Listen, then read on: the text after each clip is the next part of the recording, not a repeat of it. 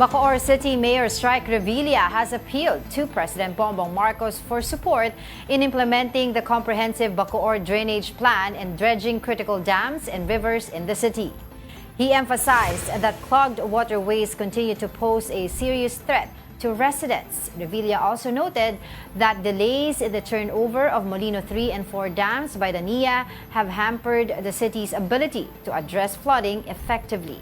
He further urged residents to practice proper waste management to help prevent future flooding.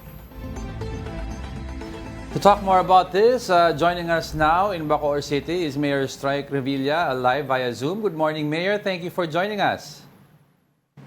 Magandang umaga po. Magandang umaga po sa inyo lahat. All right, Mayor, you released a statement about how critical yung Bacoor drainage, yung comprehensive drainage plan nyo, na you said na pag hindi po ma-address ito, thousands of people could be put at risk. Can you tell us more about yung how important this is? Napaka-importante po nito. Well, good morning po sa lahat po at lalo po sa mga nanonood. Una-una po, ito po ay napagplanuhan na po natin during my time pa in Congress. No?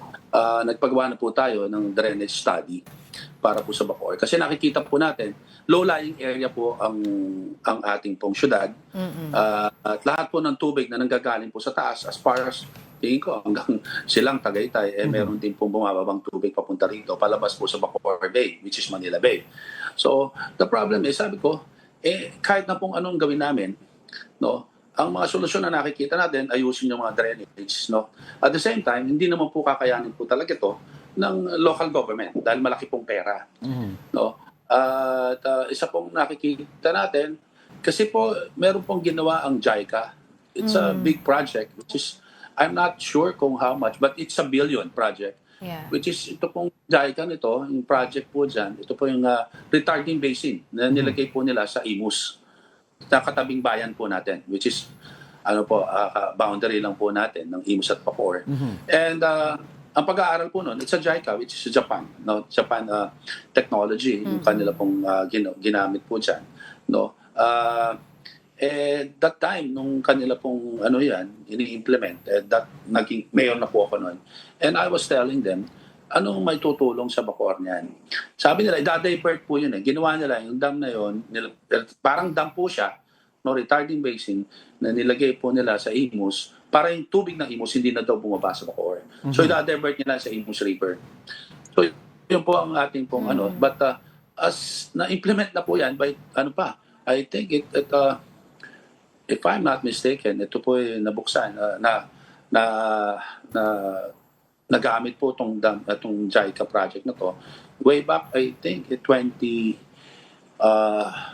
not mistaken, that was 2016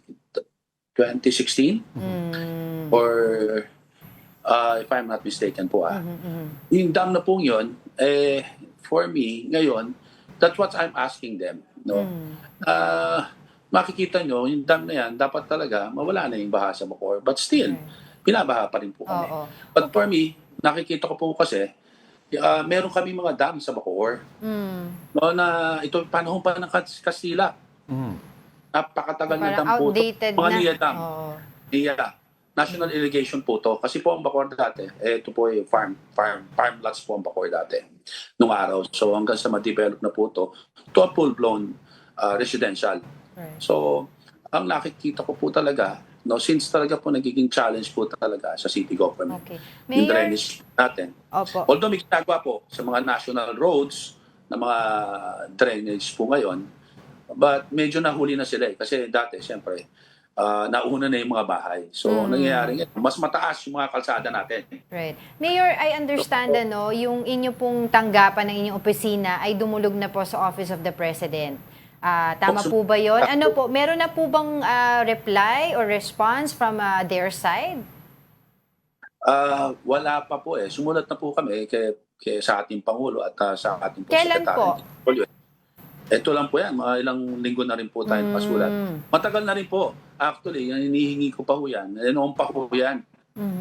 Na matagal ko na. Yung study po kasi, dalawa po yung napagawa po natin. Na una, yung drainage plan, actually, from DPWH po to. No? sila po, nung sabi ko, bigyan nyo, magpaaral kayo papat yung plugging sa Bacoor, paano matutulungan. Ngayon, na malaki pong pera kasi hindi po kaya talaga lang ng local. No? And then, ito po sa Mayor. Yung wifi Mayor, ata. sorry. Mayor. Activation na ginawa sa Mayor. Sabi ko, Medyo. Mayor, nawawala po si Mayor. We are having technical issue here regarding the signal. Oo. Sayang naman hindi natin naririnig na maayos yung sinasabi ni Mayor. Yeah, Mayor, can you hear us okay? Can we try that again? Yes. Yes, go ahead, Mayor. Go ahead. O, sayang Yes, naman po yung sinasabi nyo, napuputol po kayo. Go ahead. You were saying po. Yan, pasensya na po. Apo. But I was saying, ito po yung una, nagpagawa po tayo ng drainage study sa DPWH. At it took us almost 2 years, yung study po yun. At yun ang ina-appeal ko, na meron Sa akong study, kanila. na itaon na study na yan. During my time pa in Congress, pangalawang term ko na pong mayor, kinukulit ko na po sa kanila yan, napondohan sana. Ang problema po talaga, gusto ko man gawin ng city government, hindi po namin kaya. Dahil billion po ito. No? Ang Bacoor po, whether we like it or not, we have to accept water coming from Right. di ba? Yung galing po sa Yeah. Sino side po ang ng- congressman sa inyong distrito? Si Mayor? Congresswoman Lani. Alam po Okay. niya, Nakapag-usap na po kayo regarding this. alam niya rin po ito at ginagawa niya rin po ang paraan. Pero siyempre ho talaga malaki lang po talaga yung pera na kakailanganin po. But yun po ang nagiging problema. And may continue ko lang po yun. And one thing din po na napagawa po natin, yung JICA. May JICA po na in-insist ko sa kanila na pag-aralan din nila yung Bacoor. Kasi yung tubig, bababa't bababa. Ang major river lang po ng Bacoor, no? Ito pong Imus River at ang Sapote River. Ang Imus River po, yan yung boundary namin ng Bacoor, Imus at saka ito pong Kawit. Yan palabas po yan. Kung makikita nyo, palabas po ng Island Cove. Yan po yung lalabas na po niya. Ito po naman sa kabila, ito po yung Sapote River, which is ang boundary po natin yan ay ang Las Piñas. So yun po yung nagiging problema. Ang appeal ko rin po dyan, no, since yung study po ng JICA, medyo malaki po talagang pera. No? Marami po talagang gigibayin din, bibili po kasi ng right of way. Yan po talaga, malaki po talaga yung plano. Pero for me, pwede namang pag-aralan ulit nila na wag naman sanang ganun kalaki. Kasi malaking lupa rin po ang kukunin nila. Dahil magbibuild po talaga sila, magdadivert sila ng another channel ng tubig. Yung po yun, yung project na po yung JICA. Ang akin po, ang immediate po nakikita natin, no, kaya po nag-aapila po ako ulit kasi po sumulat na po ako nung sa Pangulo pa, nung unang pag-upo pa lang po natin 2022, no, na yung dam, meron po dam kasi dito sa Bacoor. No, nakikita po natin, kung makikita nyo, pinakita nyo rin po dyan, silted na po siya. Yes, oo. Dam pong yun is almost 11 hectares. 11 hectares, yan po yung nandun sa boundary namin. Sa Dasmariñas, malapit na po yan sa Dasmariñas. No? Not Las Piñas, actually Las Piñas, Muntinlupa. So, kung makikita nyo, yung dam pong yan, pinalilinis ko po palagi. Yan. Ito kaya po ako nagpunta na naman the other day po dyan. Nakita ko na naman, basura na naman. So, makikita nyo, silted na siya. Appeal po ko sa NIA. Ayan, kita-kita po. Na, yan po yung lupa. Yan yun. Yes. Tilted na po yan. Alam niyo po kung gaano kalalim yan before. 9 meters po yan. No, ang lalim yan. Almost 11 hectares po ang laki po ng dam pong yan. So, ang laki pong tulong yan. Kung yan po, madidistilt po yan. Nakipagpugnayan na po ako several times sa NIA, pati na po ang DPWH po dyan. And, matagal hindi ko mo masabi. Ayoko naman silang Hindi ko po proseso nila. I can sense your frustration, Mayor. Oo nga, Mayor. You have written nga, so we received a copy of your letter na sumulat kayo kay Secretary Bonoan and citing there sa letter niyo po na matagal na po kayo nagko-coordinate sa NIA to no avail. Have you met with any members of NIA or whatsoever, kahit informal po, na may at least tugon sila? Marami na po ako meeting sa kanila. Ay, ang problema, nagpalit na naman po sila ng head na naman po dito. Oo. Dati po kasi, pag upo pa lang ho ng Pangulo, nire-request ko na po yan kay Secretary Kiko na may turnover sa city government. No, ang tagal ko na po nire-request yan. 2007 po, naging mayor na ako. Nagre-request na po ako dyan na may turnover. Ayaw pumayag po ang NIA that time. And then, mayroong time na, nung natapos po ako in 2016, may time naman panahon ni Ate Lani na siya yung mayor, na binibigay naman, hindi naman po na tinanggap ni Ate Lani that time. So, ngayon, itong pagbabalik ko, sabi ko, kung binibigay nyo, bigay nyo na sa akin. Siyempre, bagong administrasyon naman. Yeah. So, ito na naman po yung direksyon. So, ito nangyari, parang, ang nangyari po, na-turn over po yan. So, if I'm not mistaken, pero hindi pa ako sigurado.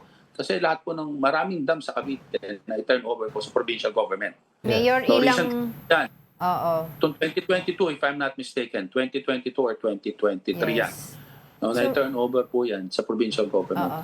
Mayor, ilan po bang residente, pamilya ang pinag-uusapan po natin dito na maapektuhan po kapag hindi na po talaga tuluyang magawa itong mga sinasabi niyo po na mga flood mitigating measures? Ang problema po natin sa Bacoor, kami po flood-prone area po talaga. Right.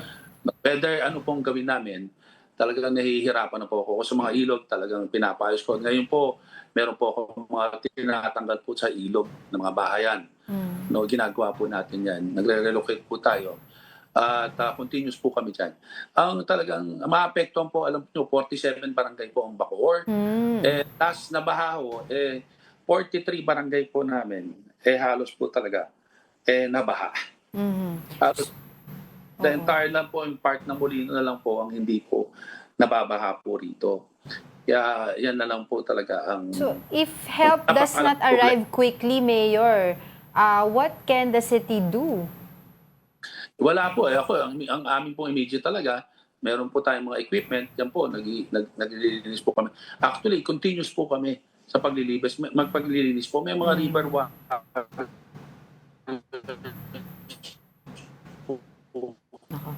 Mayor, nawawala po kayo ulit, Na Mayor. meron po tayong mga trash trap para po sa mga basura. Okay, Hello? go ahead po. Yes, go ahead, Mayor. Narinig po kayo. Yes, ngayon po. Ayan. Nag-a-appeal po tayo sa taong bayan. No?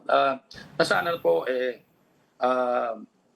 maging ano po sila, magkaroon ng disiplina na huwag po natin tapong kung saan-saan po yung mga basura. Yan po isang nagiging problema po namin. Yung basura kasama po ng baha. Kaya yan po yung mga bumabara sa ating po mga drainage, bumabara sa ating po mga ilog. No? Siyempre, minsan may mga puno po sa mga ilog. Kaya po nagpapaputol din po tayo na nasa loob ng mga ilog. Sa totoo lang, kung hindi po titigil yan, hanggat hindi po talaga namin may ayos. Actually, may mga problema po tayo. Isa pong na-address po natin, naikot po natin ngayon. Ito po yung Mitisio River. Yan po yung nasa gitna naman ng Bacoor. Major river din po yan, yung Mitisio River, na nasa gitna po talaga, na marami pong residential na dyan. Na medyo binahari po itong last week lang. No? Ngayon po, nakita natin yung problema. No, kung bakit, dahil so talaga may silted na rin po talaga. So ang appeal lang po natin, talagang matulungan din ako. Actually, yung ating pong regional director naman po ay magpapadala ng mga equipment. Inaantay ko lang po talaga rin. No, tutulong daw sila. Ang challenge po rito kami po ang maghahanap ng kung saan yung tatambakan. Yun po ang isang challenge. Yung isa pang Hindi challenge po, yun. malaki po yun. Oh. Alam niyo po, sa dam po yan, ang computation po namin. Kung lilinisin po namin yung dam, yung pinakita po dyan, yan po yung Molino Dam. No, sa Molino 3 po yan. Kung lilinisin po yan, kung hukayin po natin, there are about 500,000 cubic meters ng lupa at basura na magkahalo. Challenge po ron, saan namin po ilalagay. No, yun po ang isa, isa rin po ang problema namin. So, yan po talaga, kailangan po talaga namin tulong. Dahil sa Bacoor po, kung makikita niyo po ang Bacoor, talagang residential na po ang Bacoor. Marami po kami. Maliit lang po ang Bacoor. About almost 4,600 hectares lang po ang Bacoor. Okay. No? Kaya maliit lang po kami. Yes, Pero punong-puno kami ng tao. Yan Pero, po ang challenge. At Yung Mayor, binabasa ko rin kasi yung statement nyo, and did a little research. Yung kasi yung Bacoor waterway will also affect Metro Manila, no, kung hindi ma-address to. Given the importance sa inyo and the importance also of the Metro, bakit sa tingin nyo tila hindi pa rin nabibigyan ng importansya ng national government up to today yung yung how Yung important hiling ninyo, di ba? yung Oo. how important this project, kasi dapat may urgency to eh. Yun po ang ano lang natin, no.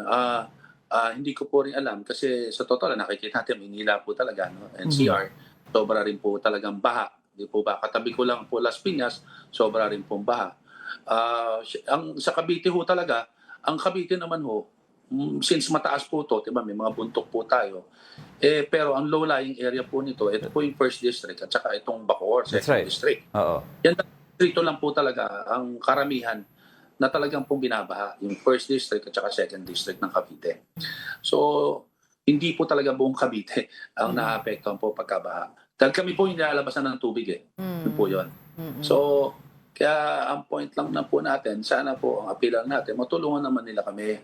Kasi hindi po biro na po yung nangyayari po sa amin. Na yung pagbabaha po talagang lampas ng isang floor po ang tubig dito. Minsan lang po talaga sa pagtatrabaho rin po natin, no, dahil po talaga hindi po kami tumitigil po ng paglilinis din sa mga ilog. Ang dami na po talagang reklamo, akala ng mga tao. Wala po tayong Walang ginagawa. So, totoo lang po. To be clear, Mayor, yung sinasabi yung project is the only way to resolve these issues. Wala na pong ibang, kung kunyari tatanungin ng DPWH, wala na talaga based on the study, ibang project na pwede gawin na mas mura daw. Ang akin ho, pinakamura dyan, mag-shield tayo ng mga ilog. Kasi mga ating pong lapasan, no, katulad po na sa Pote River, ang Bacoor ba, or ang Las Piñas, di po ba?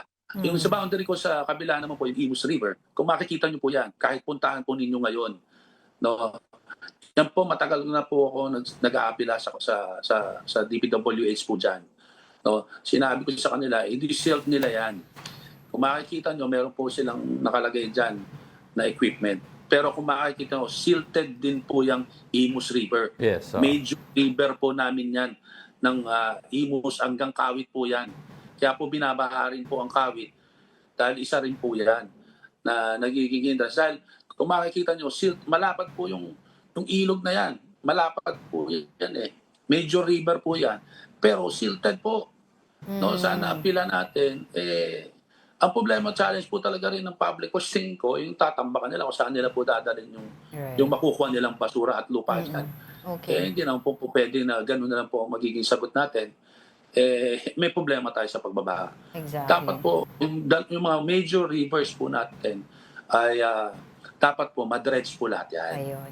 Mayor, So, kung mapapakita ko lang sana sa inyo yung litrato, yung video dyan po sa yan po yung boundary may nakikita natin sa po Bacoor. kami dito, Mayor, ng mga maraming basura na lugar po niya. Pero Mayor, taking this opportunity na rin po to ask you, no, last on my side, unfortunately we don't have much time, do you also share the sentiments of other mayors right now pagdating po sa issue ng flood control projects ay yung walang koordinasyon ang national government sa inyo, no? Kaya nagkakaroon po ng finger pointing right now na hindi po kayo kinukonsulta ng national government pagdating sa kanilang mga proyekto sa inyong lugar, when in fact kayo po ang nakakaalam kung saan dapat yung mga pumping stations, saan dapat nagkakaroon ng mga silting, etc. Mayor. Actually, yan po nga talaga isang napakalaking challenge po. Sa LCP, no, kasama po tayo sa sumusuporta sa League of Cities of the Philippines na sa totoo lang po, ako sumulat na rin po ako sa Public Works, sa regional office po natin. Sana man lang po, dumaan sila sa amin at kumuha ng permit. Ang libre naman po ang permit niyan at hindi naman po namin sila pahihirapan sa pagkuha ng permit. No? Para alam lang namin kung ano yung mangyayari, kung ano yung itatayo nila dyan. Ako, nawawala na naman si... Ay, nako. Mayor, sorry, nawawala po kayo ulit. Dito po sa amin po nasasakupan. Yun, okay. Okay, good. You were saying Hello? po, sorry, nawala po kayo Yung last few sentences, Mayor. Sorry. Yan siya na. Yan po. the sentiments of local cities, city leagues of the Philippines, city leagues of the Philippine mayors, no? Sentiments po namin, iisa lang po talaga rin. Okay. Wala pong kinukuha mga permit yan. Ang DPWH, na yung permit po nila supposed to be, wala naman pong fees yun. No? Dadaan lang po siya sa proseso, padala lang yung plano sa amin, alam namin at least kung ano po yung gagawin nila sa syudad. Malimit po, papadala lang kami ng sulat, listahan lang po ng kanila pong mga projects. Yes, that's right. Pero the rest, wala na po talaga. No, yun lang po ang nagiging problema natin. Pero sa ngayong taon po ba, merong pinadala sa inyo na listahan ng project ang DPWH sa inyong lugar? Ganun lang ho eh. Usually ganun lang ho paragi ang ginagawa po. Napapadala ka lang ng sulat na meron silang project na hindi mo naman naintindihan kung ano po talaga at saan ilalagay. Well, unfortunately, we don't have much time. We hope to have you back. We hope to have you back and update us po doon sa inyong mga requests na binibigay since kayo po ay naupo dyan. For the meantime, maraming salamat po sa inyong oras, Bacoor City Mayor Strike Revilla. Maraming salamat. Maraming salamat din po sa oras po ninyo at sana po matulungan po kami ng national government dahil hindi po namin talaga po kaya na ma-resolvehan po itong mga baha po sa amin nang hindi po nila kami tutulungan.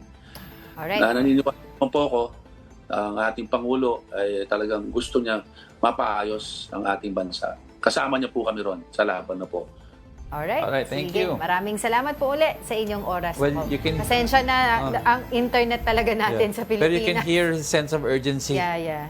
Na kasi may aside from yung Bacoor residents maapektuhan, a lot of lying areas sa Cavite because sa kanila bumabagsak yung water. 'Di ba? And hindi naman intindihan ni Mayor bakit hindi daw tinutugunan yung mga request ng NIA. Nagsimula sa NIA tas DPWH inelevate na niya kay PBBM. So PBBM I think July 25 yung dating ng letter.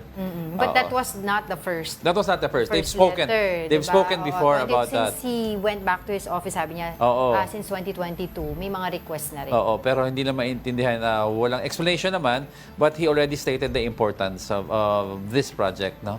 So, nagkakatagpin-tagpin na ang nagkakalabasan na ng mga problema, what contributes to pagbabaha dito sa the Philippines at specifically Luzon Yes. areas. First of all, non-coordination ng DPWH. Second, projects that are haphazardly made. But we hope to talk to DPWH as well to Oo. air their side kung bakit sa ilang taon na request ng Bacoor ay hindi sila umaakit. Kasi I've heard also mga ibang statements sa ibang mayor na bakit tinutuunan ng ibang, kunyari sa area na wala namang flood problem, ang laki ng budget mo doon. Exactly. Di ba yung dun sa nilabas na initial findings si Pangulo at saka ni Senator Ping Lacson? A place like Bacoor na kailangan, walang pinopondohan dito. So yan, nananawagan po si Mayor sa national government at DPWH. We hope to get their side so para Malinawan tayo malinawan dito. tayo lahat. Ano ba yung mga projects nila doon sa sa Bacoor Oo. National? Ano ba? Ano ba yung budget nila at saka ano yung mga proyekto nila doon? Libre naman pala ang... Kasama ba to yung sinasabi ni Mayor Oo. doon sa kanilang listahan? Libre man pala ang permit, di ba? Ano ba?